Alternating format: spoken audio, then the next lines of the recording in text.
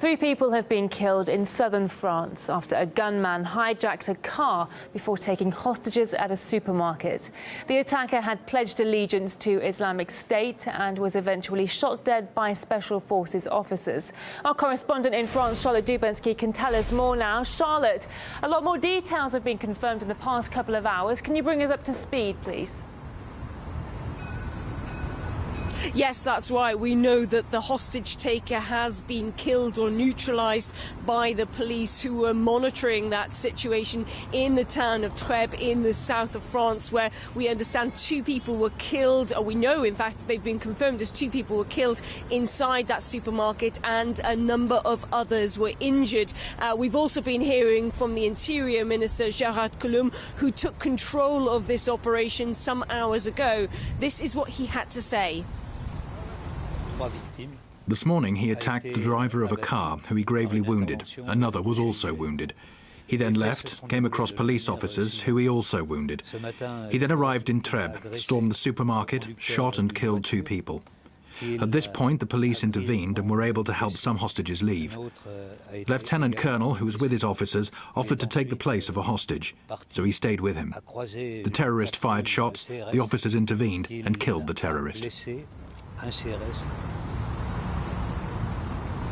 Well, let's take a look at now what we know about the hostage taker who has been killed by the police in France. We believe that we were told that he was a 26-year-old.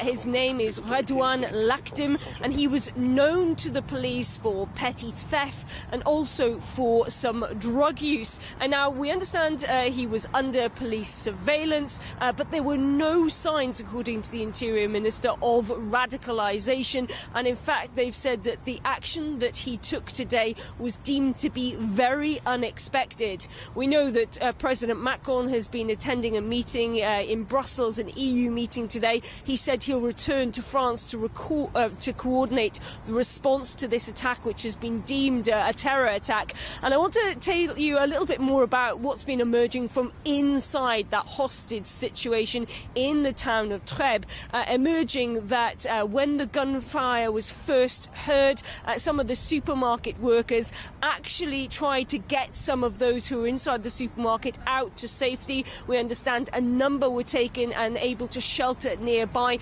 while this operation was undergoing. That operation and that hostage situation almost around 4 hours in duration. We also understand that police were trying to negotiate with Lactim, who apparently said he wanted vengeance for what was happening in Syria, and he also made the demand, it's been reported, that he wanted one of the men who survived the Paris attack and is accused of carrying out that Paris attack in 2015 in which 130 people were killed, to be released. That person is currently facing a trial for that attack. And we also heard about some acts of heroism today. It appears that one member of the gendarmerie in France offered to swap places with a hostage in that Super U supermarket, and in doing so left his mobile phone open throughout the incident, so that when the police, the hundreds of police who were outside and who had been trying to negotiate with the hostage taker, heard gunfire shots, they went in and stormed that supermarket and killed the hostage taker. But just to confirm, 3 people dead in a series of incidents, including 2 inside that hostage situation at the supermarket. The hostage taker has been killed by the police. It's been confirmed he is a 26-year-old Redouane Lactim and who was known to the police, although the Interior Minister has said that there was no signs that he had been radicalised, and the action he took today, Nikki, was unexpected. Charlotte, thank you for those details. There have been so many conflicting reports over the past few hours. Thank you for clarifying some of those for us. That's Charlotte Dubensky speaking live from Paris. OK, well, let's discuss this further with our guest now, Annie Machon, former MI5 intelligence officer. Annie, always good to have you on the programme. So it's emerged that from the Interior Minister, he said that the suspect was under police surveillance. If the attacker was known to police for petty crime and had been monitored to some degree, don't you think they should have picked up on his extremist views, or is that unlikely?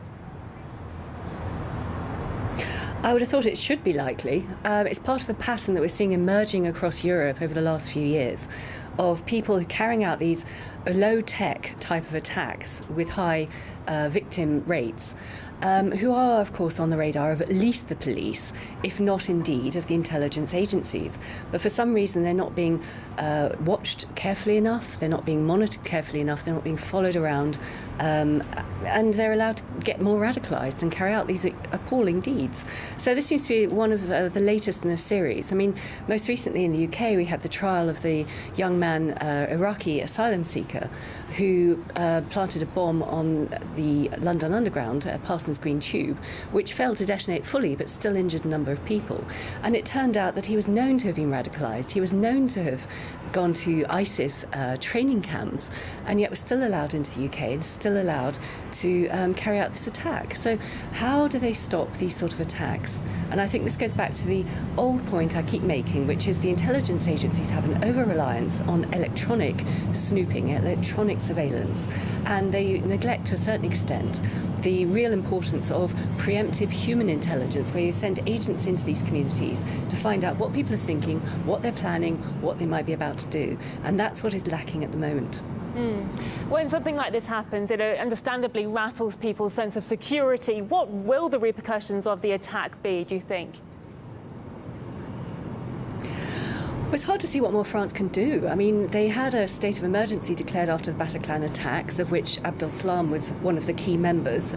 He's currently on trial in Brussels, and this guy, Lakhdin, was apparently acting in support of him. But they had a state of emergency, which was then rescinded to great fanfare by President Macron in October last year. And yet, at the very same time, what he actually did was sign into the legislation a new piece of law, which was just as draconian as that state of emergency, and that is a counter-terrorism law.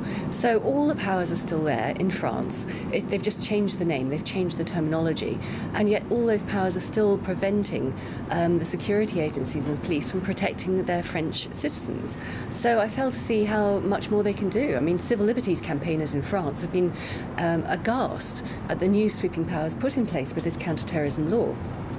Marine Le Pen has commented on the incident, saying that France is at war, sounding very similar to one president not so long ago, President Hollande. What do you make of those comments? I think that's quite inflammatory. I mean, France has experience of terrorist attacks for many decades, just like the UK had with the Provisional IRA.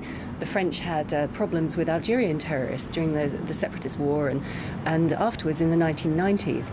So they have experience. They haven't given away their liberties and their freedoms and the protections of their constitution, even under very sustained attack from Algerian terrorists in the 1990s. So why they now do it for very low-level attacks, I fail to see. And it's an ongoing pattern, as I said, across Europe.